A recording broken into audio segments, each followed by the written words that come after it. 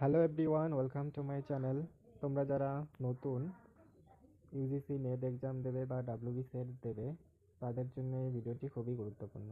তোমরা general paper নিয়ে অনেকেই অনেক টেনশন করো, অনেক দুশ্চিন্তা করো যে পেপার ওয়ানে কোথা থেকে কোশ্চেন আসে, কিভাবে এত বড় সিলেবাস আমরা পড়বো, অনেক ধরনের মাথার মধ্যে ভাবনা আসে আমাদের।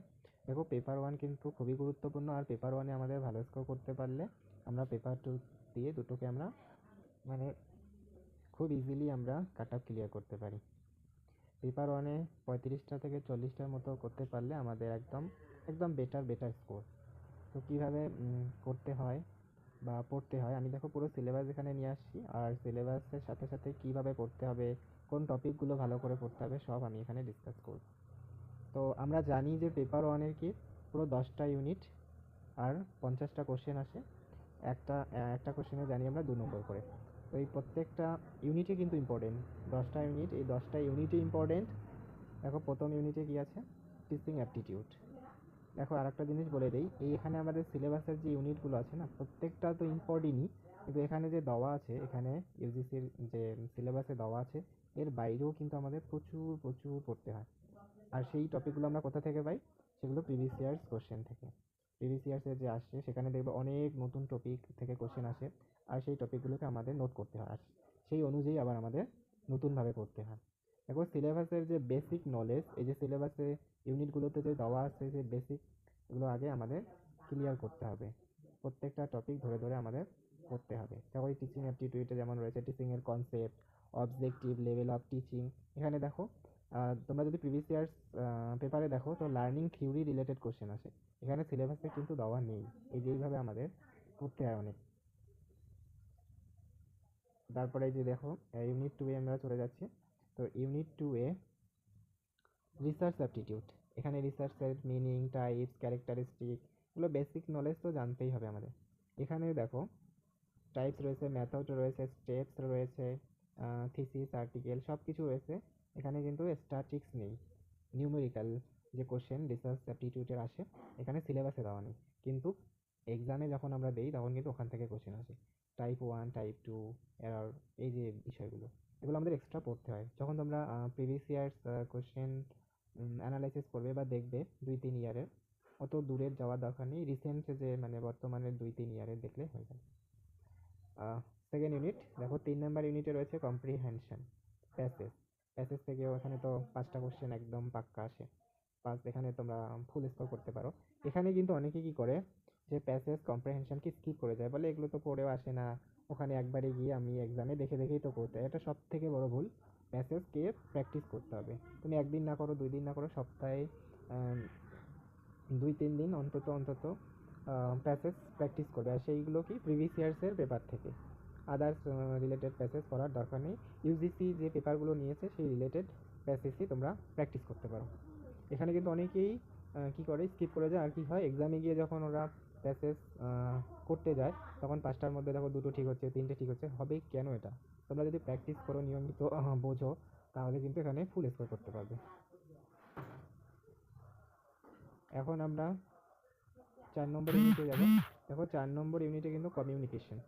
এখানেও সেম, কমিউনিকেশনের মিনিং, টাইপস, এগুলো বেসিক বেসিক পড়তে হয়। এখানে দেখো, যেমন রিসেন্টে দেখবে মাস মিডিয়া এবং সোসাইটি, এখানে ফিল্ম রিলেটেড কোশ্চেন চলে আসছে। এগুলো কিন্তু সিলেবাসে দেখো নেই, কিন্তু এই রিলেটেড অনুযায়ী আদার্স যে নতুন টপিকগুলো আসে, ওগুলো আমাদের প্রিভিয়াস ইয়ার্স দেখে, বারবার বলি প্রিভিয়াস ইয়ার্স কোশ্চেন দেখেই আমরা বুঝতে পারি যে কোন টপিকগুলো ট্রেন্ডিংয়ে চলছে, কোন কোন টপিকগুলো ইম্পর্টেন্ট। এখানে যেমন মাস মিডিয়া থেকে আমাদের পড়তে হয় এখন ফিল্ম রিলেটেড, কোন মুভি কত সালে এসছে, কোন মুভিকে ন্যাশনাল অ্যাওয়ার্ড দেওয়া হয়েছে, অস্কার অ্যাওয়ার্ড দেওয়া হয়েছে, আবার হলিউড, বলিউড, সব এভরিথিং পড়তে হয় এখন। সেগুলো ক্রোনোলজি সাজিয়ে সাজিয়ে কোশ্চেন দিচ্ছে সিকোয়েন্স অনুযায়ী, বা ম্যাচ দ্য ফলোয়িং, সব পড়তে হচ্ছে। তো 4 নম্বর ইউনিটে কমিউনিকেশন। 5 নম্বর ইউনিটে ম্যাথামেটিক্যাল রিজনিং অ্যান্ড অ্যাপটিটিউড। এখানেও বেসিক তোমাদের জানতেই হবে, reasoning, number series, letter series, coding, decoding, relationship, fraction, time, distance, ratio, proportion, percentage, profit and loss, এগুলো সব জানতেই হবে। এগুলো আমাদের জানতে হবে, basic math. Next, very very important topic. দেখো, এখানে লজিক্যাল রিজনিংয়ের এত কিছু দেওয়া আছে, কিন্তু কোশ্চেন করে কি, এই যে mood and figure, mood and figure থেকে formal fallacy and informal fallacies, তারপরে হ্যাঁ important topic connotation and denotation, square of opposition, Venn diagram থেকে এখন আসে না কোশ্চেন। তারপর এই যে ইন্ডিয়ান লজিক এখান থেকেও কোশ্চেন আসে, প্রমাণাস, এই যেমন পারসেপশন, অনুমা, উপমা, শব্দা, অর্থাপত্তি, অনুপলব্ধি, এগুলো থেকে কোশ্চেন আসে।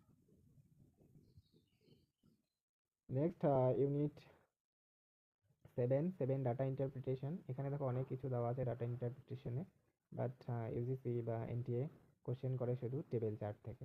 এই টেবিল চার্ট ইম্পর্টেন্ট, এই টেবিল চার্ট থেকেই শুধু কোশ্চেন করে।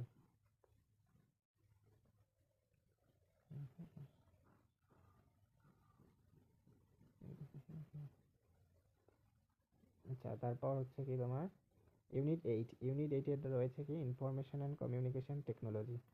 এখান থেকেও বেসিক দেওয়াই আছে কি কি পড়তে হবে, তবে এখান থেকে শুধু কোশ্চেন আসে, যেমন এখানে যে digital initiative related initiatives and higher education, internet থেকে আসে।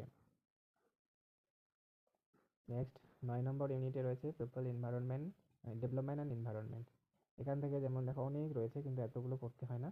এখানে আবার যেমন প্রথমে যে দুটো টপিক রয়েছে না, এই যে এসডিজি আর এমডিজি,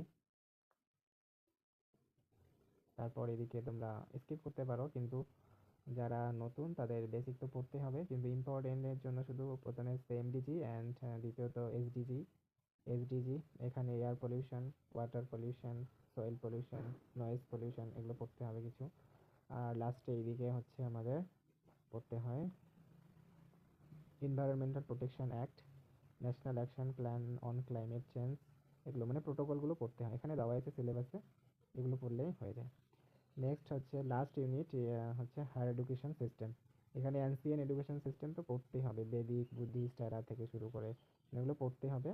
তারপরে পোস্ট ইন্ডিপেন্ডেন্স, প্রি ইন্ডিপেন্ডেন্স এরা, এগুলো পড়তে হবে। আর ভ্যালু এডুকেশন আসে কোশ্চেন। আর লাস্ট যে পলিসিস, গভর্নেন্স অ্যান্ড অ্যাডমিনিস্ট্রেশন, মানে ইন্ডিয়ান পলিটি, ইন্ডিয়ান কনস্টিটিউশন পড়তে হবে। যাদের তো ধরো পলিটিক্যাল সায়েন্স, আমারই পলিটিক্যাল সায়েন্স, আমাদের এটা নতুন করে পড়তে হয়নি, বা আমাদের পেপারে থাকেও না, যেহেতু আমরা পেপার 2-এ পেয়ে যাই এগুলো, পেপার 1-এ আসে না আমাদের। কিন্তু বাকি যারা মানে আদার্স যে সাবজেক্ট যাদের আছে পেপার 2, এই টপিক কভার করতে হবে, তোমাদের আর্টিকেল রিলেটেড বা গভর্নেন্স রিলেটেড কোশ্চেন আসে। ওকে, এখন আমি আলোচনা করব কি কিভাবে, বা অনেকের প্রশ্ন থাকে যে এই 10টা ইউনিট 10টাই কি ইম্পর্টেন্ট, আমি বলবো হ্যাঁ, প্রত্যেকটা ইউনিটই ইম্পর্টেন্ট, প্রত্যেকটা থেকেই কোশ্চেন আসে এখানে।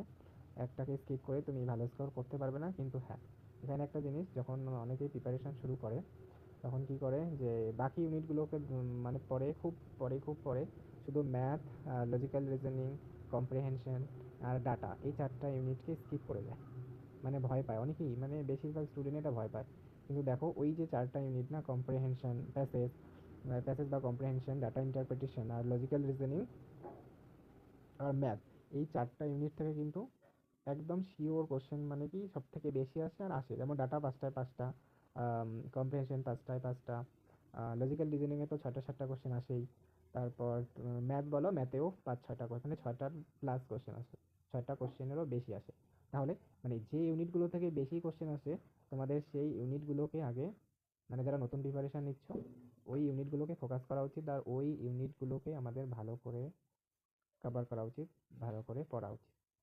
আর বাকি যে ইউনিটগুলো আছে ওগুলোও ইম্পর্টেন্ট, কিন্তু ওগুলোকেও তোমরা বেস, মানে এগুলো তো আন্ডারস্ট্যান্ডিং রিলেটেড কোশ্চেন আসে, ফ্যাক্ট খুবই কম আসে। যেমন টিচিং রিলেটেড, যদি টিচার রিলেটেড ক্যারেক্টারিস্টিক চাই, তাহলে তুমি স্টুডেন্ট রিলেটেড ক্যারেক্টারিস্টিক এলিমিনেশন করতে পারবে, মানে এখানে তোমাকে জাজ করা হচ্ছে কি তুমি একজন অ্যাসিস্ট্যান্ট প্রফেসর বা টিচার হিসাবে কীরকম গেজ করতে পারো, বা তুমি একজন টিচার হয়ে এই কোশ্চেনটাকে অ্যাটেন্ড করতে পারো কিনা, অ্যান্সার জানো কিনা। তাহলে এভাবেই তোমরা পড়তে পারো। Thank you. এখন কেমন